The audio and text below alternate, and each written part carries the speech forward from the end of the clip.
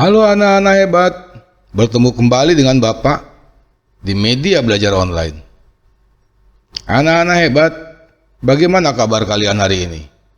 Bapak harap kalian semua selalu ada dalam keadaan sehat.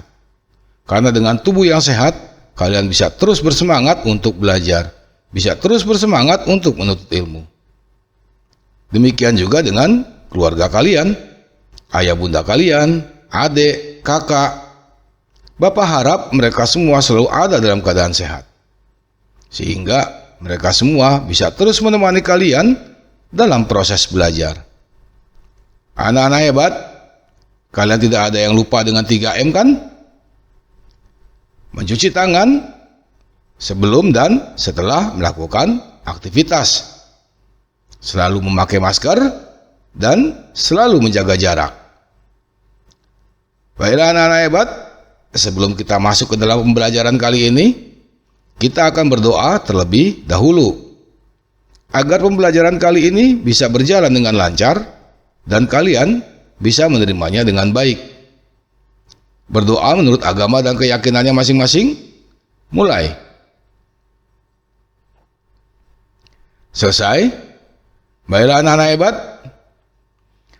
pada kesempatan kali ini kita akan membahas tentang tema 3, subtema 2, pembelajaran 6. Adapun kompetensi dasar yang ada mencakup 2 mata pelajaran, yaitu PPKN dan Bahasa Indonesia. Kalian bisa langsung membacanya pada teks yang ada. Tujuan pembelajaran kali ini, yang pertama, setelah membaca, mencermati langkah-langkah dan berlatih, kalian diharapkan mampu menjelaskan cara menulis laporan hasil wawancara dengan baik. Setelah membaca, mencermati langkah-langkah dan berlatih, kalian diharapkan mampu menulis laporan hasil wawancara. Yang ketiga, dengan melakukan refleksi, kalian diharapkan mampu mengkomunikasikan hak dan kewajiban dalam pelestarian hewan dengan penuh percaya diri. Yang keempat, dengan membaca teks dan berdiskusi, kalian diharapkan mampu menjelaskan hak dan kewajiban terhadap pelestarian hewan dengan benar. Anak-anak, dalam pembelajaran sebelumnya, kalian telah mempelajari apa yang dimaksud dengan wawancara dan berlatih bagaimana melakukan wawancara yang baik. Sekarang, kalian akan belajar menulis laporan yang baik tentang hasil wawancara.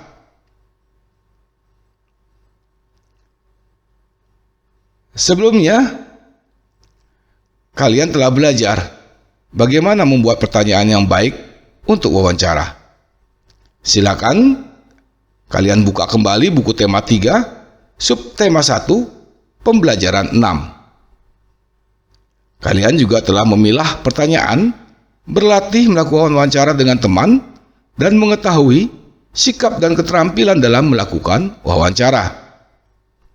Diskusikanlah kembali secara berkelompok sikap dan keterampilan yang baik dalam melakukan wawancara. Tuliskan hasil diskusi kalian dalam bentuk peta pikiran pada kolom berikut ini.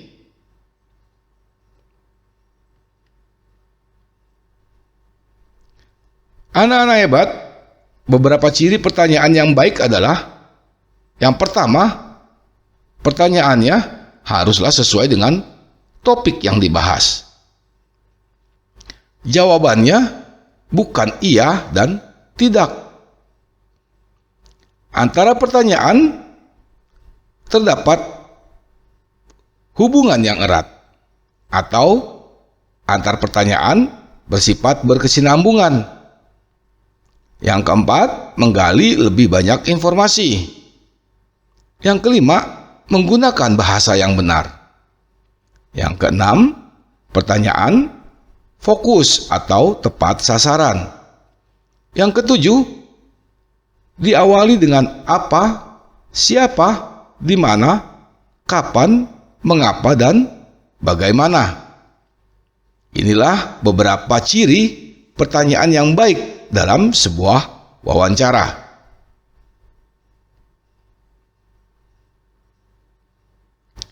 Sekarang kalian akan melakukan wawancara tentang tumbuhan atau hewan. Kalian bisa memilih salah satu. Bisa tumbuhan, bisa juga hewan. Setelah melakukan wawancara, kalian akan menulis laporan. Tapi, sebelum melakukan kegiatan tersebut, kalian akan belajar tentang cara menulis laporan berdasarkan hasil wawancara.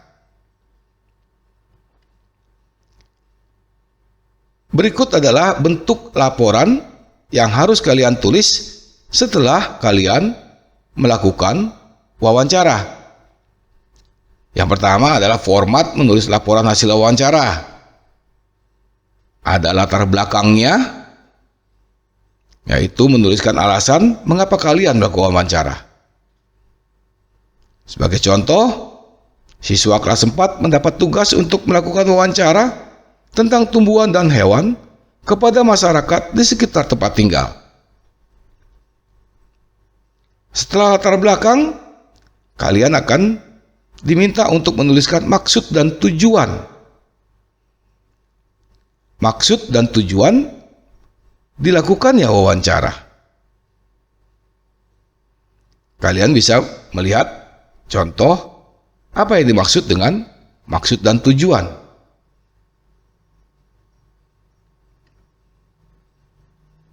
Yang ketiga, topik wawancara, yaitu menuliskan topik dari wawancara yang kalian lakukan. Contohnya, tumbuhan dan hewan di sekitarku. Yang keempat, waktu dan tempat kegiatan dilakukannya wawancara, di mana kalian harus menuliskan waktu dan tempat wawancaranya diadakan.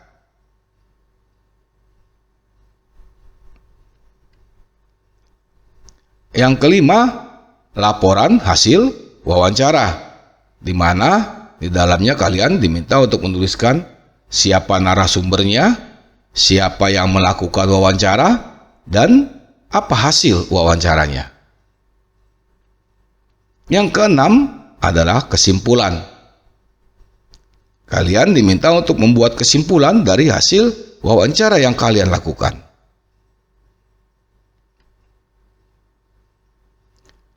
Anak-anak, melestarikan hewan langka yang terancam punah merupakan kewajiban kita bersama. Ayo, kita diskusikan bersama-sama. Sebelumnya, kalian telah mengetahui tentang hak dan kewajiban terhadap hewan yang ada di sekitar kita. Kita perlu menjaga keseimbangan dan kelestarian hewan-hewan tersebut untuk kelangsungan kehidupan di muka bumi. Tulislah apa saja yang kalian ketahui terkait dengan hewan langka pada kolom di bawah ini.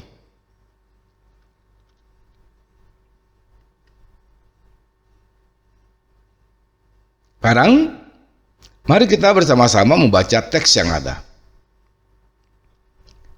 Lestarikan hewan langka. Pelestarian hewan langka bertujuan agar hewan tersebut tidak mengalami kepunahan. Kelestarian hewan sangat bermanfaat untuk kelangsungan hidup manusia.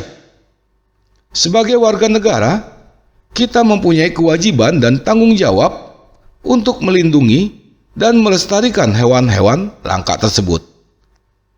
Beberapa upaya yang bisa dilakukan untuk menjaga hewan langka antara lain: melakukan penangkaran hewan langka, mendirikan tempat-tempat perlindungan hewan langka, misalnya suaka marga satwa, cagar alam, kebun binatang, dan taman nasional. Dengan melindungi hewan langka, kita dapat menjaga keseimbangan ekosistem agar kehidupan di muka bumi tetap berjalan dengan baik. Melestarikan keanekaragaman hayati yang bermanfaat bagi ilmu pengetahuan dan masyarakat, serta memenuhi kebutuhan masyarakat, misalnya untuk bahan pangan dan obat-obatan. Anak-anak, Apa saja yang bisa kita lakukan untuk melestarikan satwa agar terhindar dari kepunahan? Mengapa penting melestarikan satwa agar terhindar dari kepunahan? Apa kalian tahu? Keberadaan satwa penting bagi kelangsungan hidup seluruh ekosistem yang ada di muka bumi. Misalnya, keberadaan hiu dan penyu penting untuk menjaga keseimbangan di ekosistem laut. Kemudian, keberadaan harimau dan gajah penting untuk ekosistem hutan. Kalau ada hewan yang punah, maka mata rantai makanan bisa terputus, dan ini sangat mempengaruhi ekosistem. Bukan hanya pada satwa, namun juga tumbuhan dan lingkungan yang ada di sekitarnya. Anak-anak hebat, sebagai sesama makhluk hidup, kita bisa melakukan peranan untuk ikut melindungi dan melestarikan satwa agar terhindar dari kepunahan.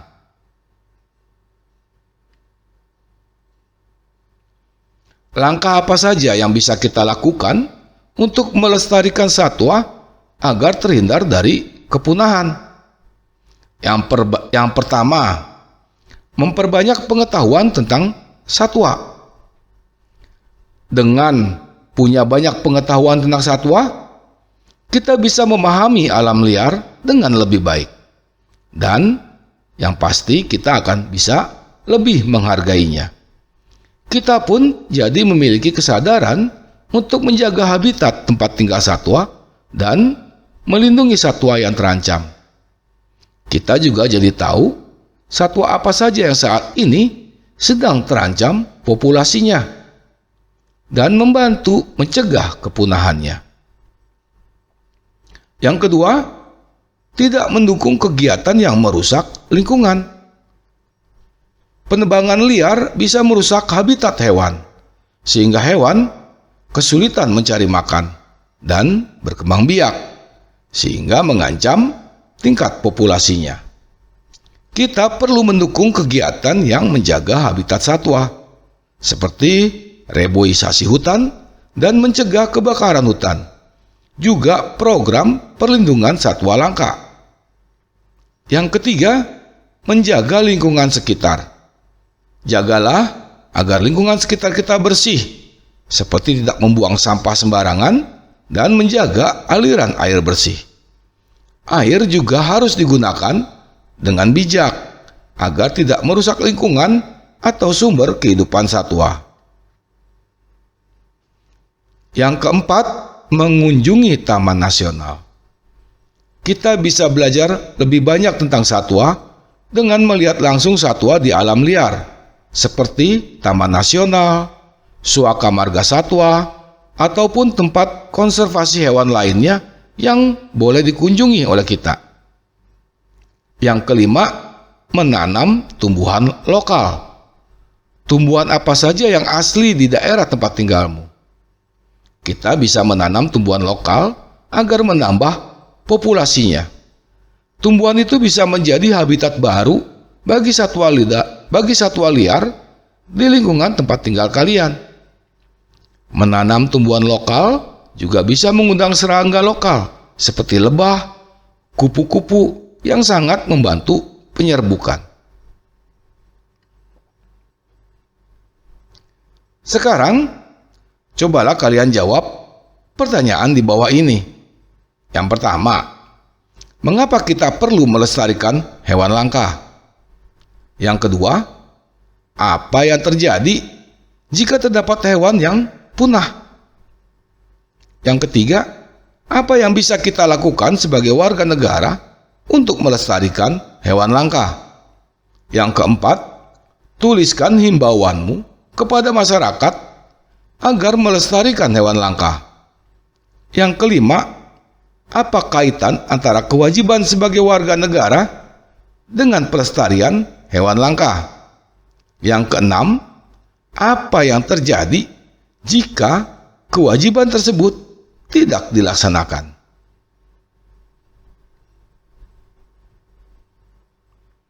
Baiklah anak-anak hebat, kita sampai di ujung pembelajaran kali ini.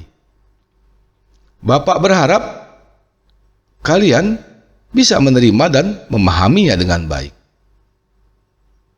Sebelum mengakhiri pembelajaran kali ini, kita akan berdoa terlebih dahulu agar kita bisa bertemu kembali dalam pembelajaran berikutnya. Berdoa menurut agama dan keyakinannya masing-masing. Mulai. Selesai? Baiklah anak-anak hebat. Sampai berjumpa kembali dengan Bapak di pembelajaran berikutnya.